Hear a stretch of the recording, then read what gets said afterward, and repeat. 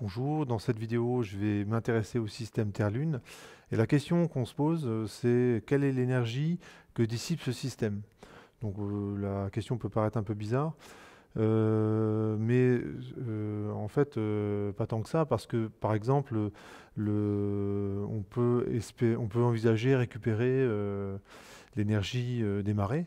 Hein. Et ben, d'où vient cette énergie qu'on pourrait récupérer? Ben, ça vient justement du fait que la Lune de la présence de la Lune. Hein. Donc chaque fois que la Terre fait un tour sur elle-même, bah, vous avez des effets de marée, hein, qui provoquent bah, 2 fois par jour, vous avez une élévation du niveau de l'eau. Et ça met en œuvre pas mal d'énergie. Et donc, ce qu'on veut savoir, c'est combien dissipe ce système. Alors, pour répondre à cette question, en fait, on peut le faire que depuis récemment, parce que il faut connaître très précisément la distance Terre-Lune. Alors, depuis les missions Apollo, donc, qui ont déposé sur la Lune des réflecteurs, on sait mesurer très précisément la distance Terre-Lune. Et en moyenne, elle s'éloigne de 4 cm de la Terre par an. Donc c'est pas énorme, hein, évidemment. C'est à nos échelles de temps, à nous, la Lune sera finalement, ce sera à peine éloigné de la Terre, mais si on prend des échelles de temps beaucoup plus longues, l'effet devient important. Ça veut dire que si on remonte dans le passé, la Terre était beaucoup plus proche, pardon, la Lune était beaucoup plus proche de la Terre. Et en effet, parmi les scénarios de formation de la Lune, il y en a un qui consiste en fait, ce serait une collision entre deux astres qui auraient d'un côté formé la Terre telle qu'on la connaît aujourd'hui, et ça aurait éjecté dans l'espace beaucoup de matière qui serait restée en orbite autour de la Terre. Une partie serait retombée, une partie serait restée en orbite et aurait formé la Lune par agrégation. Et avec ce scénario, la Lune euh, était à 30 000 km de la Terre, hein, peu après sa formation. Ça veut dire qu'elle était 10 fois plus proche de sa distance actuelle. Donc vous imaginez une Lune qui est 10 fois plus proche. Ça veut dire que si par une nuit de pleine Lune, eh ben, vous verriez comme en plein jour. Hein. Ce serait une luminosité absolument incroyable. Je vous laisse aussi imaginer les effets de marée, hein, avec une Lune qui est 10 fois plus proche de la Terre. Les marées, c'est plus 1 mètre, voire 2 mètres de gain d'élévation du niveau de l'eau. Ce serait un tsunami tous les jours, on va dire. Enfin, j'en sais rien, mais ce serait vraiment un effet qui serait sans commune mesure avec ce qu'on connaît nous aujourd'hui, heureusement. Mais à l'époque, évidemment, c'était il y a plusieurs milliards d'années, ça ne dérangeait pas grand monde. Donc voilà, on s'intéresse à ce système-là et donc ça va être l'occasion d'utiliser pas mal d'outils qu'on a vu dans le cours. Alors, je vais appeler d la distance entre la Terre et la Lune, donc petit d. Et cette distance,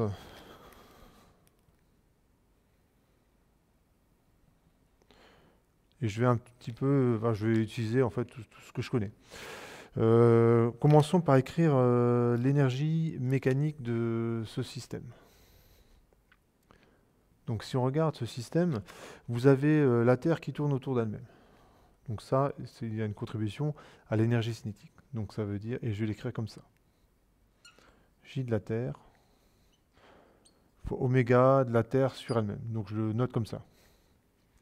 Donc quand je mets un grand T, ça veut dire Terre. Hein, je ne vais pas l'écrire en toutes lettres à chaque fois. Mais la Lune aussi, en fait, c'est une composition de deux mouvements par rapport à la Terre.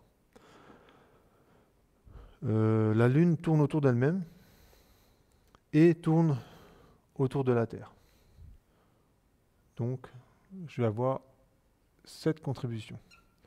Donc ça, c'est la Lune qui tourne autour de elle-même. Donc quand je mets un L, ça veut dire la Lune. Je me place dans un référentiel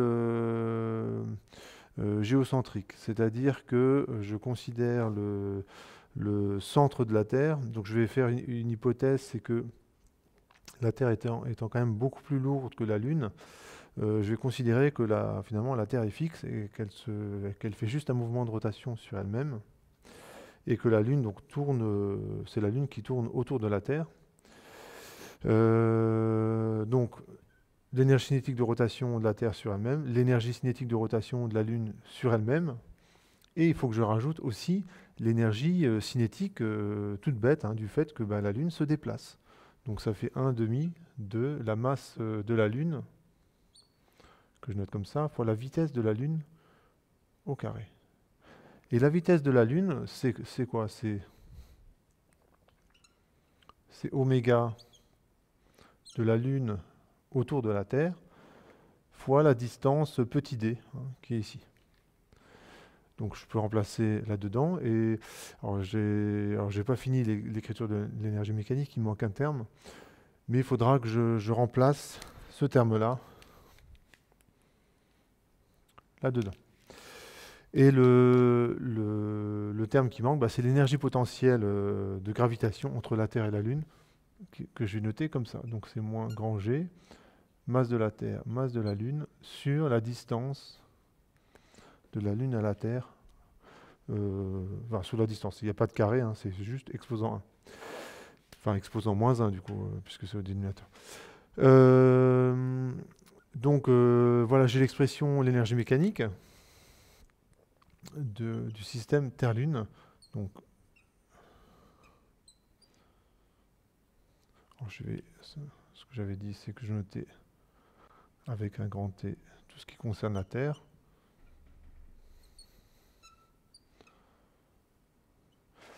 Plus 1 demi de masse de la Lune, oméga de la Lune par rapport à la Terre au carré, d au carré moins grand G. Bon, bah, je recopie, hein, sur petit d. Donc ça, c'est l'énergie mécanique. Et ce que je vais dire dans un instant, c'est que le oméga de la Lune et le oméga de la Lune par rapport à la Terre, c'est les mêmes. Alors pourquoi c'est les mêmes? Parce que vous savez que la Lune montre toujours la même face à la Terre. Hein, il y a la face cachée de la Lune, donc personne, à part des sondes, hein, ou les astronautes, quand ils ont fait le tour de la Lune, on peut voir la face cachée, mais sinon, vu de la Terre, personne ne l'a jamais vue. Donc, et ça, c'est possible que si oméga L égale oméga de la Lune par rapport à la Terre. C'est-à-dire que la Lune, elle tourne autour de la Terre. Hein, donc vous imaginez, donc voici la Terre. On va dire que mon stylo, là, on va dire que cet objet, c'est la Lune. Si la Lune ne tournait pas sur elle-même, ça ferait un truc comme ça. Bon, évidemment, et dans ce cas, bah, il n'y aurait pas de face cachée de la Lune. On verrait, en fait, ce que nous on verrait, c'est quelque part la Lune qui tourne autour d'elle-même. Hein, si vous prenez un observateur sur Terre, lorsqu'il verrait passer la Lune, bah, ce qu'il verrait, c'est d'abord cette partie-là de la Lune, et puis quand il regarde, quand la Lune est avancée, il verrait une autre partie de la Lune. Hein, donc il n'y aurait pas de face cachée. Nous, ce qu'on observe depuis la Terre, c'est ceci. C'est la Lune qui montre toujours la même face à la Terre. Donc, en plus de ce mouvement-là, la Lune, elle tourne sur elle-même. Et il se trouve que ce mouvement de rotation sur elle-même et le mouvement de la rotation autour de la Terre sont parfaitement synchronisés. Alors comment ça se fait? Parce que on va dire c'est un sacré hasard que ce soit comme ça. Mais en fait, il y a une raison très précise à cela. Alors oui, j'ai un peu de place pour vous l'expliquer. Donc vous imaginez ouais, on va dire ça, c'est la Terre. Et vous avez la Lune qui est, allez, disons ici. Ça c'est la Lune, ça c'est la Terre. Et ce qui va se passer, c'est que lorsque vous êtes de ce côté-ci de la Terre, je vais peut-être faire le schéma un petit peu plus grand pour qu'on y voit quelque chose. Donc je reprends mes explications. Alors ça, c'est pas ce que j'explique là, c'est pas du tout indispensable pour résoudre, pour répondre à la question. Mais c'est quand même bien de savoir pourquoi, comment est dissipée cette énergie. Donc vous imaginez donc la Terre, la Lune. Si je suis de ce côté-là, je suis plus près de la Lune, et donc j'ai une attraction supplémentaire. Et donc, bon, j'exagère un petit peu, évidemment. Donc si ce qui va se déformer le plus facilement à la surface de la Terre, c'est les liquides. Hein, c'est-à-dire c'est l'eau qui est contenue dans les océans. Donc là, j'ai évidemment énormément exagéré, mais vous imaginez bien que la Lune, elle attire un petit peu plus ce qui est de son côté que ce qui est qu'au centre. Et il se trouve que vous avez exactement le même effet de l'autre côté. Donc ça, c'est plus difficile à comprendre. Et bien en fait, la raison, c'est que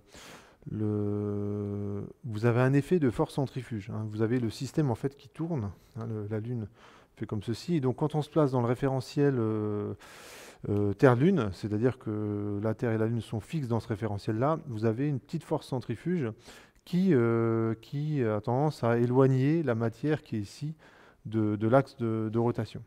Et ça forme ce bourrelet-là. En plus, quand vous êtes ici, vous êtes plus loin de la Lune, donc l'attraction de la Lune est beaucoup moins importante. Et le bilan global, c'est ça. C'est-à-dire que vous avez deux bourrelets qui se forment, un en face de la Lune, un diamétralement opposé. Et c'est pour ça qu'on a deux marées par jour, hein. Vous imaginez, donc la Terre fait un tour sur elle-même par jour. Et ben, vous avez un premier bourrelet. Donc vous êtes fixe, hein, allez, admettons, vous êtes là. Vous êtes fixe, vous faites un tour par jour, hein, vous accompagnez le mouvement de la Terre, et ben vous avez une première marée et puis une deuxième marée 12 heures après. Donc, et ce qui se passe, c'est que à cause de la rotation de la Terre, en fait, ces bourrelets sont entraînés par la rotation de la Terre. Donc, pour faire vraiment le schéma, on pourrait le faire comme ceci. Donc le schéma, en fait, il serait un peu mieux comme ceci. Du fait de la rotation de la Terre sur elle-même, en fait, elle emmène ces bourrelets avec elle. Donc c'est comme du frottement, en fait, hein. La Lune, si la Terre et la Lune dans le référentiel, on va dire, si la Terre ne tournait pas aussi vite, le bourrelet serait bien en face, hein, bien suivant l'axe Terre-Lune. Du fait de la rotation de la Terre embarque le bourrelet avec elle, ce qui fait que ce petit excédent de matière, là, donc c'est pas grand-chose, hein, mais vous imaginez que c'est tout le temps, hein, 24 heures sur 24, 365 jours par an, depuis des milliards d'années, et ben quand même, à force de cet effet, il devient non négligeable. Et donc vous avez ce petit bourrelet là, qui exerce une petite force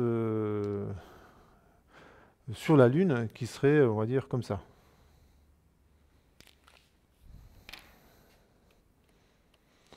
Donc ce que j'ai représenté là, c'est la force uniquement due à cette petit excédent de matière. Je peux dire la même chose du bourrelet qui est de l'autre côté, mais comme il est un peu plus éloigné, donc il a on va dire, un effet qui est moins important. Donc ça fait un truc comme ça. Et bien sûr, vous avez là ce que je n'ai pas représenté, mais je ne le fais pas pour ne pas surcharger le schéma. Vous avez bien sûr la Terre qui attire la Lune, hein. Donc vous avez le gros de la force, il est bien suivant cet axe-là. Et ce que je vois, c'est que quand je somme ces deux forces, eh ben, on voit que la Lune, il y a une petite force accélératrice, hein. Il y a une petite composante qui est suivant le sens de rotation de la Lune, hein. La Lune, elle se déplace comme ceci. Donc vous avez un petit excédent de force, on va dire que je vais représenter comme ça. Hein, si je somme les deux forces qui sont là, et ben j'obtiens une composante qui est dans le sens du déplacement. Donc la Lune, en fait, accélère, enfin plutôt récupère de l'énergie, on va dire ça comme ça, récupère de l'énergie, et parce que la force qui s'exerce est dans le sens, ouais, je vais le noter comme ça, des 2F, parce que, oui. Voilà. Donc la Lune récupère de l'énergie et s'éloigne du coup de la Terre. Et du même coup, ce que vous remarquez, c'est que cette énergie-là qu'a récupérée la Lune, en fait, elle a récupéré tout de la Terre. La Terre, en fait, va tourner un petit peu moins vite, hein. D'ailleurs, la longueur d'un jour diminue depuis il y a 500 millions d'années, hein, donc c'est indiqué dans l'énoncé. La durée d'un jour, c'était 21 heures. Et si on remonte encore dans le temps, la durée d'une journée, c'était, je crois, 6 heures. Bon, après, c'est pas très important, hein, la valeur, mais en tout cas, la durée d'un jour ne fait que augmenter au cours du temps. Donc à nos échelles à nous, c'est complètement négligeable, évidemment, hein, ça ne va pas changer nos emplois du temps, mais sur des échelles très très longues, cet effet il est significatif. Voilà, donc je vous ai expliqué en deux mots par quel un mécanisme d'interaction entre la Lune et la Terre. Eh ben, il faut imaginer que ce qui se déforme le plus facilement, ben, c'est évidemment la surface de l'océan, mais la Terre aussi, en fait, est un petit peu déformée. Donc même la croûte terrestre, il y a des marées, on va dire, terrestres, mais qui doivent être certainement complètement négligeables, qui ne devaient pas l'être lorsque la Lune était à 30 000 km de la Terre. Hein, là, c'est carrément la croûte terrestre qui se déformait. Donc, d'une certaine façon, la Lune, elle malaxait la Terre. Et l'effet de la Lune sur la Terre, ben, il faut imaginer que la Terre, elle faisait la même chose sur la Lune. Donc, il faut imaginer donc, la Lune qui était malaxée par la différence de rotation entre le tour sur elle-même et la rotation de la Lune par rapport à la Terre. Et cet effet de ralentissement là, qu'on observe sur la Terre, il faut imaginer que c'était exactement le même sur la Lune. Et donc au bout d'un moment, que se passe-t-il? Et ben en fait, la rotation de la Lune sur elle-même et la rotation de la Lune autour de la Terre, hein, donc la rotation de la Lune sur elle-même, ce serait un mouvement comme ça, et la rotation de la Lune autour de la Terre, c'est ce mouvement-là, et ben ils se sont synchronisés, ce qui fait que l'effet de marée là, de la Terre sur la Lune, du coup, ne dissipe plus d'énergie. Et c'est pour cette raison-là que la Lune monte toujours la même face à la Terre. Hein, si par hasard ce mouvement se désynchronisait, c'est-à-dire que la Lune commençait à tourner un petit peu plus vite, et ben à cause des effets de marée, et ben il serait tout de suite, il y aurait tout de suite dissipation d'énergie, hein, par déformation de la Lune, hein, comme des effets de marée qui seraient provoqués sur la Lune par l'effet de la Terre. Et ben tout de suite une resynchronisation.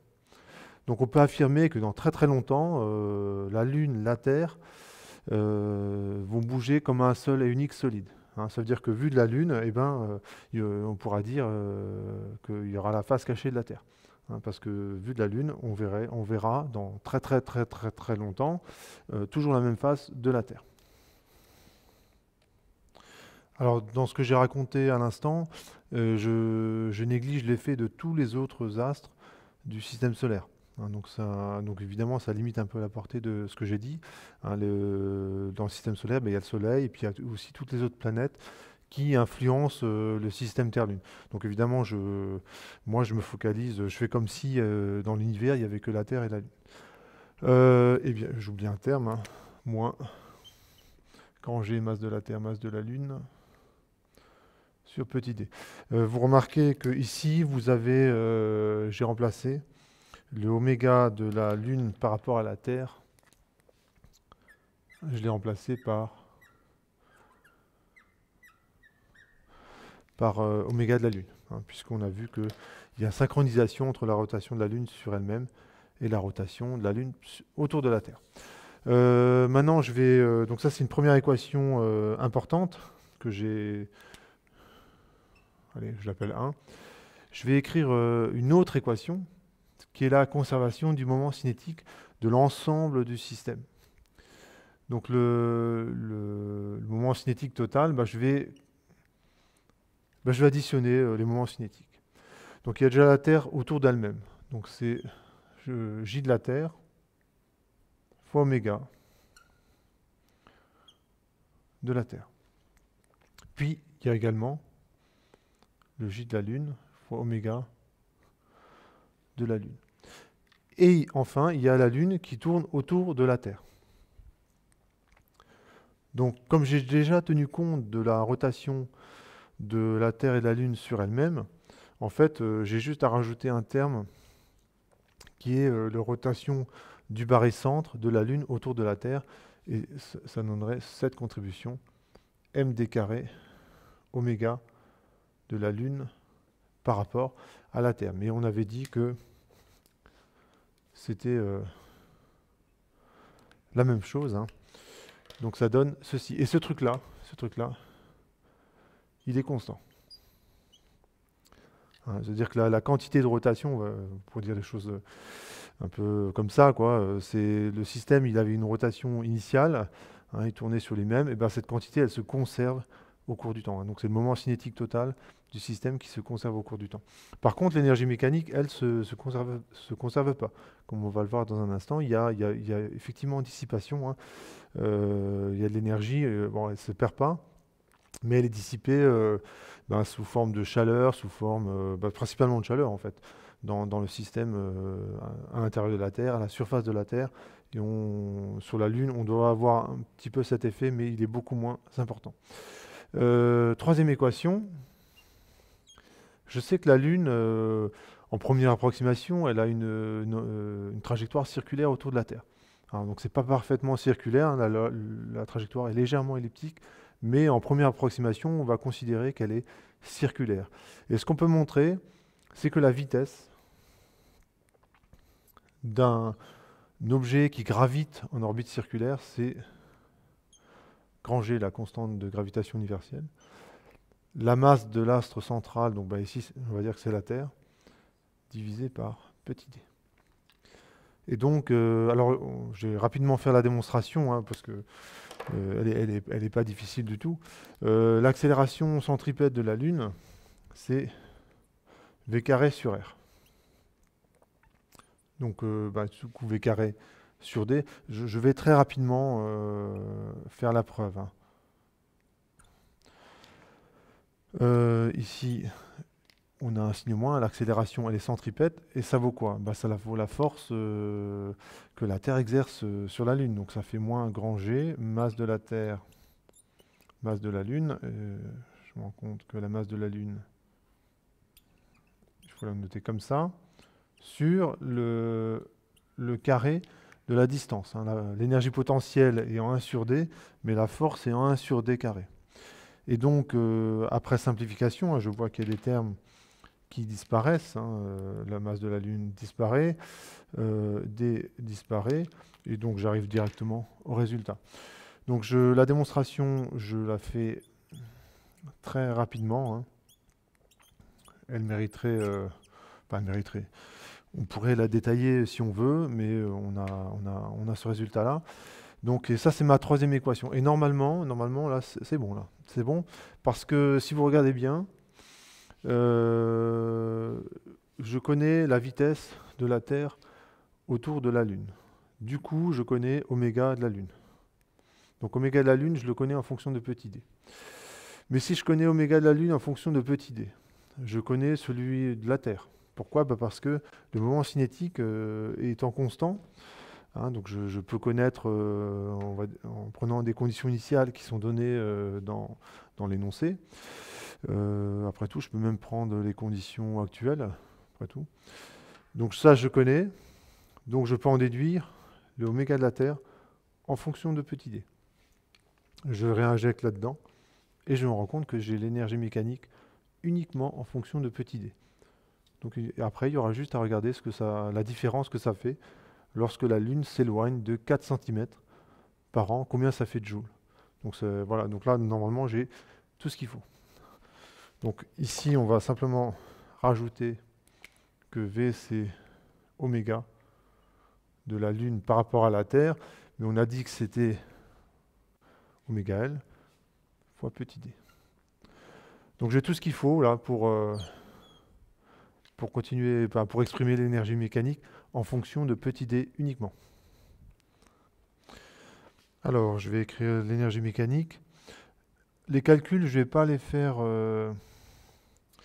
Je vais pas les faire jusqu'au bout. À un moment donné, je vais utiliser l'ordinateur, je vais faire le calcul parce que les expressions, c'est pas très difficile, mais il faut quand même avouer que les expressions, elles sont pas très jolies, ça a des expressions très longues, donc c'est pas. Vaut mieux utiliser un ordinateur dans ce cas-là, hein, puisque pour l'ordinateur, c'est rien du tout, hein, de faire les calculs.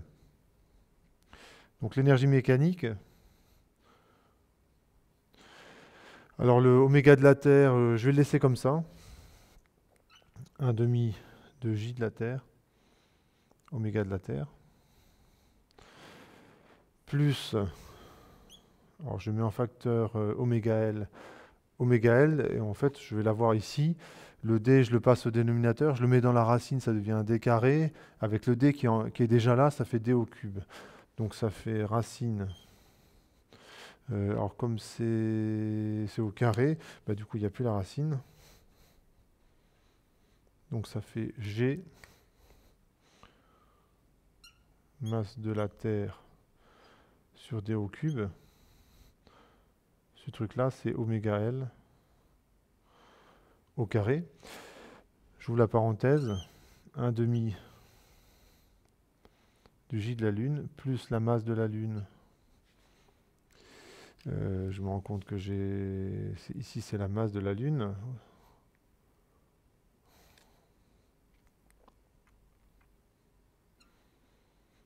Voilà. Donc je reprends. Masse de la Lune fois d carré.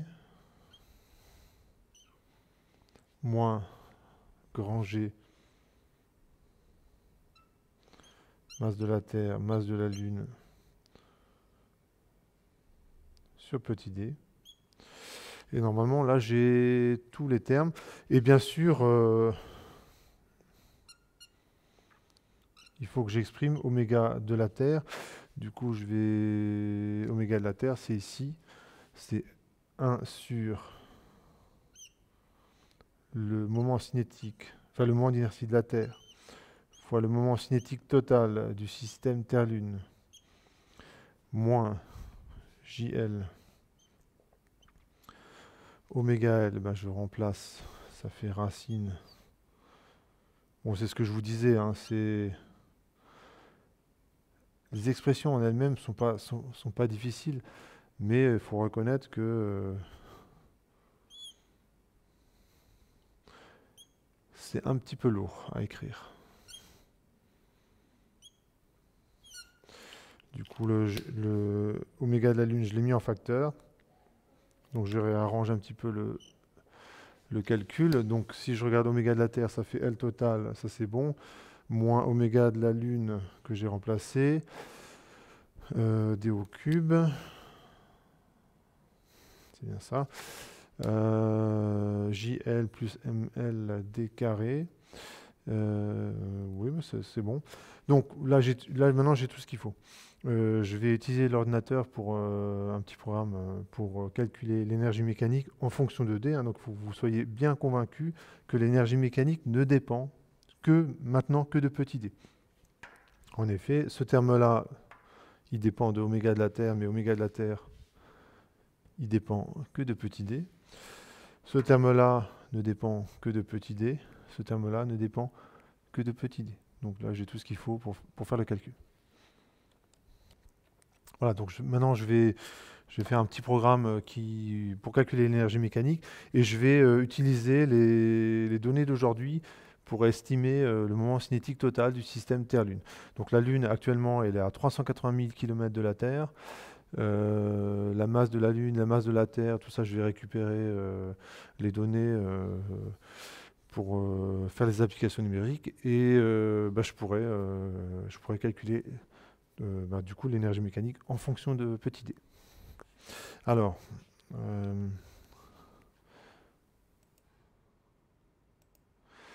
voilà, donc j'ai commencé le code. Je vérifie que tout va bien. Donc je vais commencer le code. J'ai besoin de la masse de la Lune. Donc je vais prendre des notations qui sont explicites.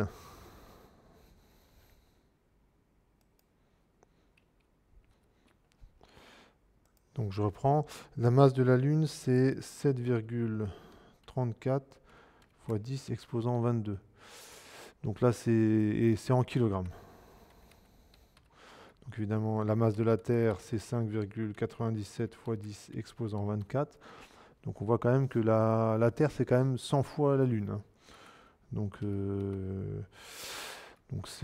quand j'ai dit que la Terre était fixe dans le système Terre-Lune, c'est pour un objet qui est 100 fois plus lourd, on va dire que c'est correct. Le oméga de la Terre, c'est, on va dire, 2π en 24 heures. Alors, c'est pas exactement 2π en 24 heures parce que la Terre, elle tourne autour du Soleil, mais bon, allez, faisons Donc c'est pas exactement 2π en 24 heures. Je vais utiliser NumPy.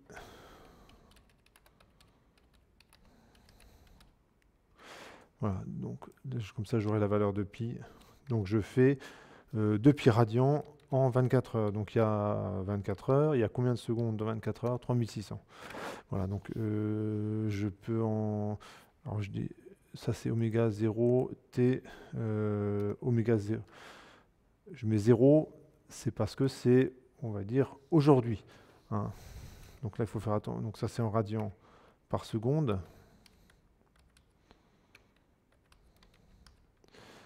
Et il faut faire attention, peut-être le marquer. Donc oméga T0 et celui d'aujourd'hui.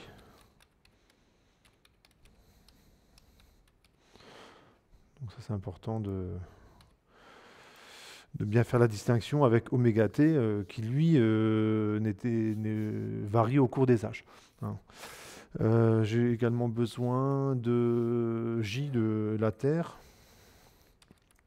Alors on vous donne une formule dans l'énoncé. Pour une sphère, ça vaut 2/5 fois la masse de la Terre. Donc ça tombe bien. Fois le rayon de la Terre. Ben, le rayon de la Terre, on va peut-être le marquer ici. C'est 6300 km. Donc je rajoute 3 zéros et j'obtiens le rayon de la Terre en mètres. Je vérifie que j'ai... Ouais, c'est bon. Fois le rayon de la Terre au carré. Le J de la Lune, bah, c'est pareil, c'est une sphère. Donc en première approximation, c'est tout à fait correct. Hein. C'est la masse de la Lune fois le rayon de la Lune au carré. Alors les rayons de la Lune, c'est à peu près 2000-3000 km.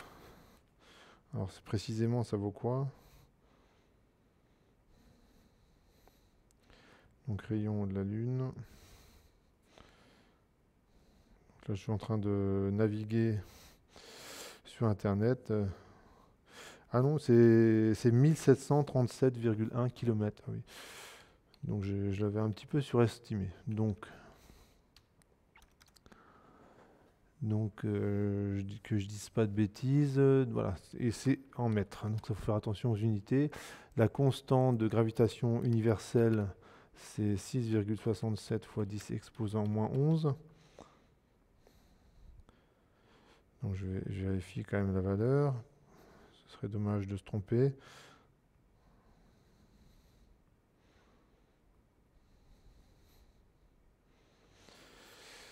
Alors, 6,67 fois 10 moins 11, très bien. Donc, USI, hein, donc je précise pas l'unité. Du coup, je peux en déduire le moment cinétique total. Donc, on voit quand même que que l'écriture est un petit peu longue. Hein. Déjà, il faut calculer toutes les grandeurs. Donc, si vous avez qu'une calculatrice à disposition, ça, c'est quand même pas terrible. Hein, parce que avec des calculs aussi fastidieux, on est vite débordé. On a vite fait de faire une erreur de calcul. L'avantage d'un script Python, c'est qu'au moins, on contrôle mieux ce qu'on fait, je trouve. Et j'aurais également besoin du oméga de la Lune d'aujourd'hui. Alors je vais utiliser la formule. Ah ben non, j'en ai pas besoin. J'en ai pas besoin. Donc je calcule le L total. Donc c'est J de la Terre fois oméga de la Terre plus J de la Lune fois. Et bien oméga de la Lune, je peux le calculer. Allez, je vais quand même le calculer ici. Oméga de la Lune en 0. C'est racine de la constante gravitationnelle. Donc du coup, il faut que je la mette avant. Sinon, je vais avoir une erreur. Donc G fois la masse de la Terre, l'astre central, fois la distance Terre-Lune actuelle. Donc là, ici. Donc c'est 380 000 km. Et je rajoute 3 zéros et c'est des mètres. Donc, on va dire paramètres d'aujourd'hui.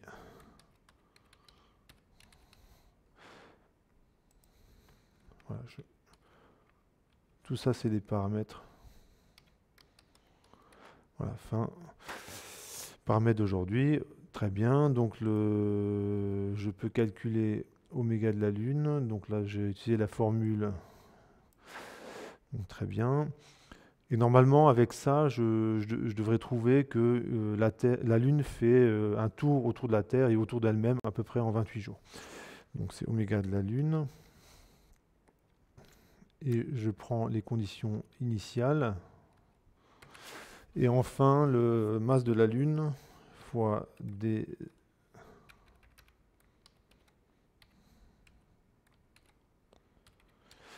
Donc tout ça, c'est les conditions initiales.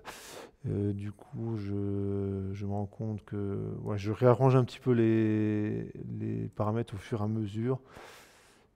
Donc ça, c'est un paramètre d'aujourd'hui. Bon, il se trouve que c'est constant, mais je le calcule avec la distance Terre-Lune d'aujourd'hui, la oméga T d'aujourd'hui, oméga Lune d'aujourd'hui. Donc, et fois oméga de la Lune d'aujourd'hui. Donc là, c'est le moment cinétique total. Du coup, je peux en déduire l'énergie mécanique. Je vais faire une fonction. Allez, je la mets ici.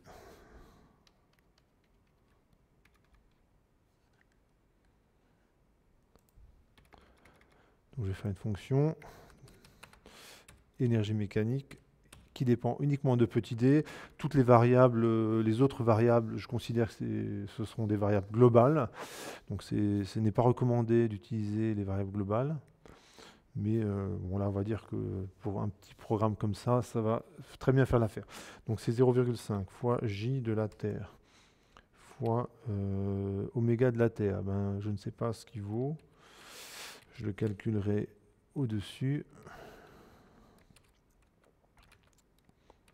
Voilà, donc ça c'est en chantier. Plus, et là je vais faire return. Donc ça c'est l'énergie cinétique de rotation de la Terre. Ensuite je rajoute l'énergie cinétique de rotation de la Lune. Mais oméga de la Lune, il va falloir aussi que je le calcule. Au carré. Plus 0,5 fois la masse de la Lune fois oméga de la Lune au carré fois d au carré. Moins grand G fois masse de la Lune fois masse de la Terre divisé par petit d. Voilà, donc c'est quand même... même quand on fait un code, là, il y a quand même pas mal de trucs à écrire. Donc j'espère que j'ai pas fait d'erreur. Donc l'oméga de la Lune, on avait dit que c'était G fois masse de la Terre divisé par d. Oméga de la Terre, je vais l'avoir. Je me rends compte qu'il faut que je calcule oméga de la Terre après. Oméga de la Terre, on avait dit que c'était... Donc moi j'ai les formules sous les yeux. Hein. Donc je divise par J de la Terre. Le moment cinétique total, moins le oméga de la Lune, fois JL plus ML fois D carré. Voilà, donc c'est pas mal de formules à rentrer. J'espère que je n'ai pas fait d'erreur quand j'ai rentré mes formules. Je pense pas, on va voir ça. Donc on va afficher l'énergie mécanique. On va faire même mieux que ça. Je vais prendre pas mal de valeurs de la distance Terre-Lune. Donc je vais commencer à 30 000 km. Donc je mets ça en mètres. Et je vais aller jusqu'à 700 000. Donc ça c'est en mètres. Et je prends 1000 valeurs. Après tout, c'est l'ordinateur qui calcule. Et je peux calculer l'énergie mécanique. Je note comme ça, mécanique. Et j'utilise la fonction énergie mécanique. Donc là, normalement, et ce que je peux faire, c'est tracer la courbe. Donc il va falloir que j'importe le module matplotlib.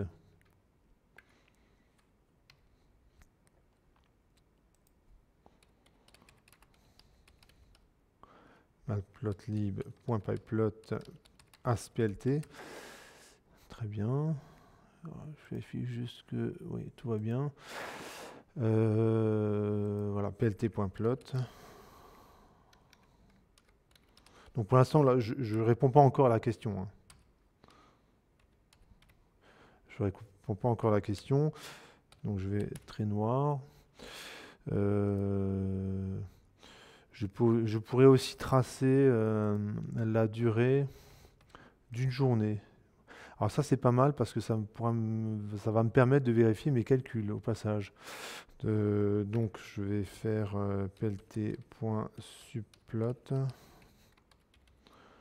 Donc je vais tracer l'énergie mécanique. Donc dans mon graphique, je vais afficher, dans ma figure, je vais mettre 2 graphiques.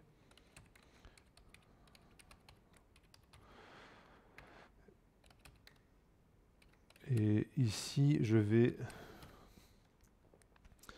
petit d et la durée d'un jour. Donc je vais noter t. Alors évidemment, il faut que je le calcule, ce truc-là. Le oméga de la Terre. Eh ben, hop, je vais faire un copier-coller.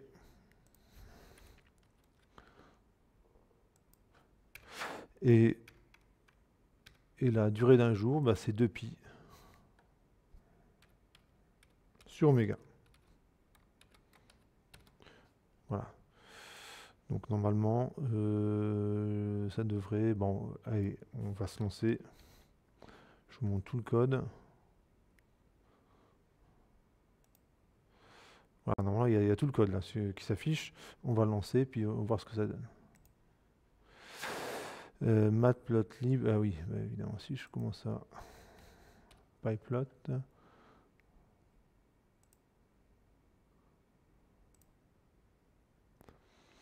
Alors, figure. Ah, c'est pas mal. Configuration per file. Donc là, je vais afficher la courbe en grand. Non, elle ne s'affiche pas en grand. Du coup, je vais la... Voilà. Alors, regardez c'est 10 puissance 53 là, hein, en joules. Donc c'est vraiment, vraiment, vraiment très grand. Et la durée d'une journée, c'est... alors, non, là, il y a un petit problème. Parce que j'ai une durée d'un jour qui est négative. Donc là, il y a un petit problème.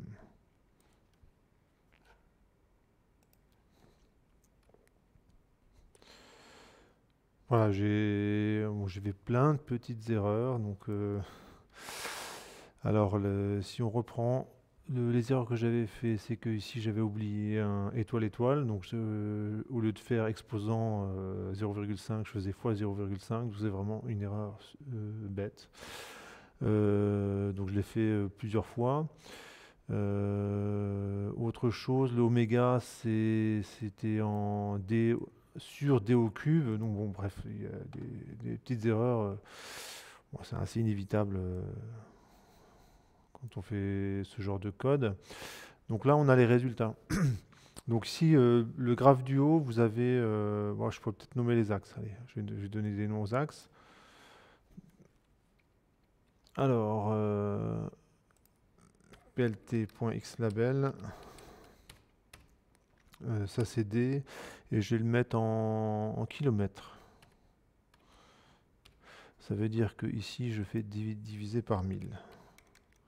Comme ça, ce sera un petit peu plus parlant. Et je vais faire la même chose pour l'autre graphe. Alors avant ça, je donne un nom à l'autre axe.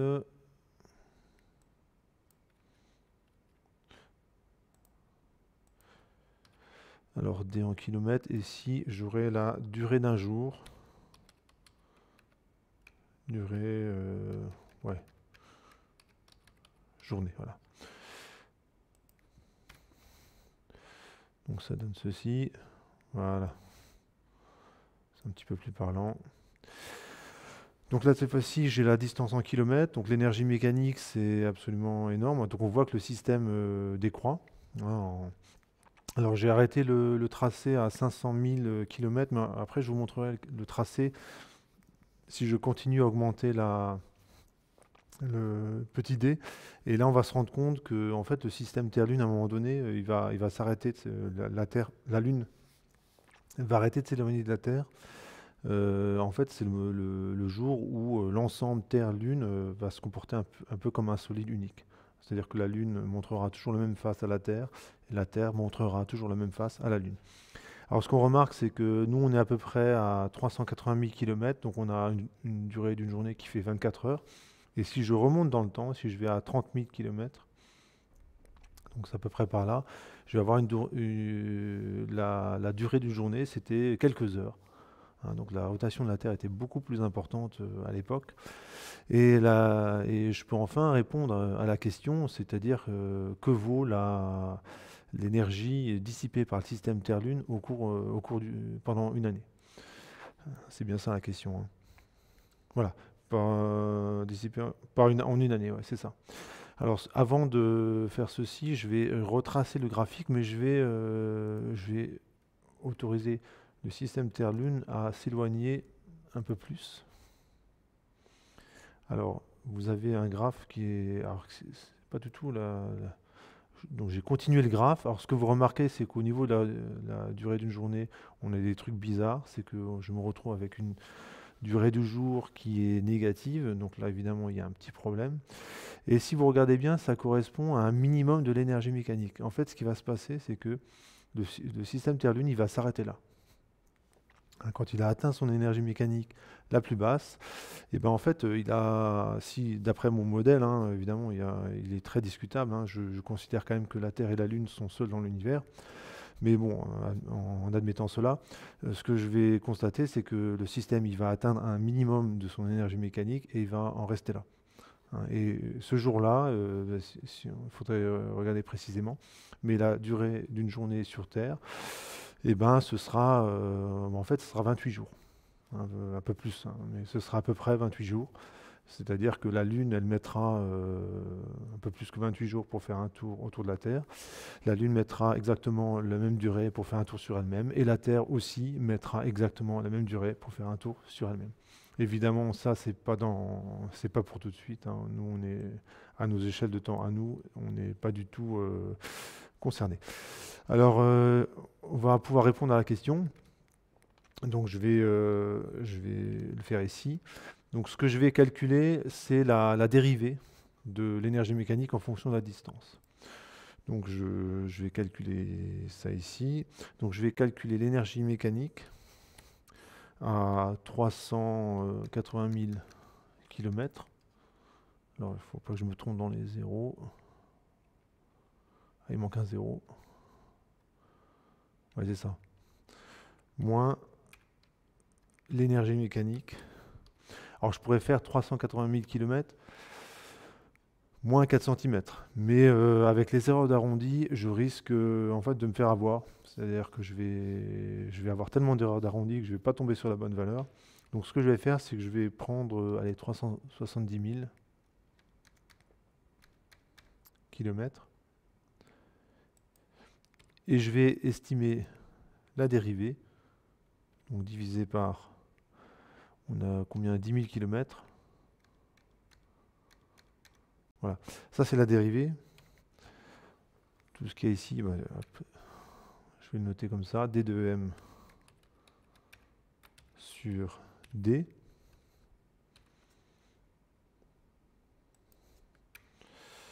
Moi, je vais le noter plus comme ça.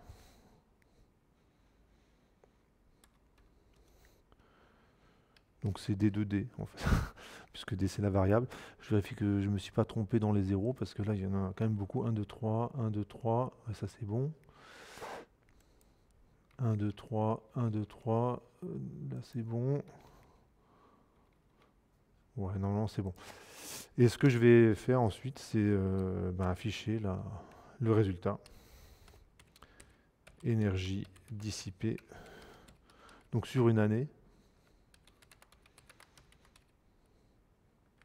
Et ben, je vais prendre la dérivée que j'ai calculée et je multiplie par 4 cm, donc par 0,04 mètres. Et le résultat, il va être en joules. Et puis on va voir ce que ça donne. Et je vais retracer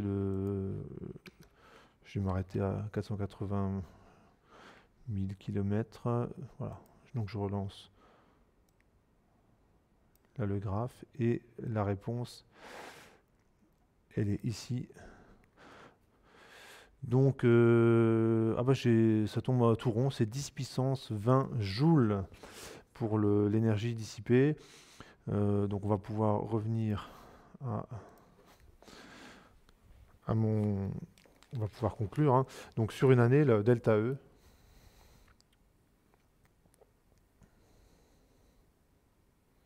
c'est 10 puissance 20 joules. Alors évidemment, le problème de ces chiffres-là, c'est que c'est vraiment pas parlant. Hein, parce que 10 puissance 20 joules, ça, finalement, c'est quoi? Ça correspond à quoi? Donc ce que je vais faire, c'est que je vais le rapporter à une seconde. Comme ça, et je vais voir que ça correspond, ça va correspondre à peu près. On pourra comparer ça à l'énergie que dépense l'ensemble de l'humanité, hein, la puissance que consomme l'ensemble de l'humanité. Donc je vais diviser 10 puissance 20 joules par le nombre de secondes dans une année. Alors je trouve 3,4 fois 10 puissance 12. Donc je mets térawatts en fait. 1 térawatt, c'est 10 puissance 12 watts. Et ça, c'est une portion. C'est à peu près ce qu'on consomme en puissance, ce que l'humanité consomme en puissance. Je crois qu'on est à peu près à 6 térawatts actuellement, en puissance instantanée. C'est-à-dire à l'heure où je vous parle, l'humanité consomme ça en énergie. Donc ça veut dire que si on pouvait récupérer toute cette énergie, on pourrait survenir à une bonne partie de nos besoins. Pour obtenir ce résultat, hein, j'ai divisé 10 puissance 20 par 365, je l'ai redivisé par 24, je l'ai redivisé par 3600. Donc ça, du coup, j'ai le nombre de joules par seconde, et donc c'est des watts. Ça donne ceci. Évidemment, une bonne partie de cette énergie est absolument pas récupérable. Pourquoi? Parce que il faudrait imaginer récupérer toute l'énergie des marées déjà. On pourrait commencer par là. Une partie de l'énergie doit être également dissipée parce que la Terre doit se déformer un petit peu. Donc cette énergie-là, il n'y a aucun moyen de la récupérer, hein, parce qu'elle est tellement diffuse, en fait, cette énergie, en fait, on ne peut pas espérer. Il faudrait imaginer des systèmes de capture qui soient absolument à l'échelle de la Terre, en fait, pour espérer récupérer cette énergie. Donc malheureusement, cette énergie, on ne peut en récupérer qu'une toute petite partie. Voilà, j'ai fait le tour de cette étude, hein, et on voit qu'avec les outils, des outils finalement qui sont assez basiques, on va dire, hein, l'énergie potentielle, l'énergie d'un solide en rotation. Alors c'est vrai que dans cette partie-là, on a quand même un solide qui tourne sur lui-même et dont l'axe de rotation se déplace également. Donc là, il y avait une petite difficulté, mais finalement, quand on l'écrit, voilà, on se rend compte que ça reste qu'une petite difficulté. Voilà, donc je pense avoir fait le tour de tout ce que je voulais dire sur cet exercice. Et je vous dis à bientôt pour d'autres vidéos.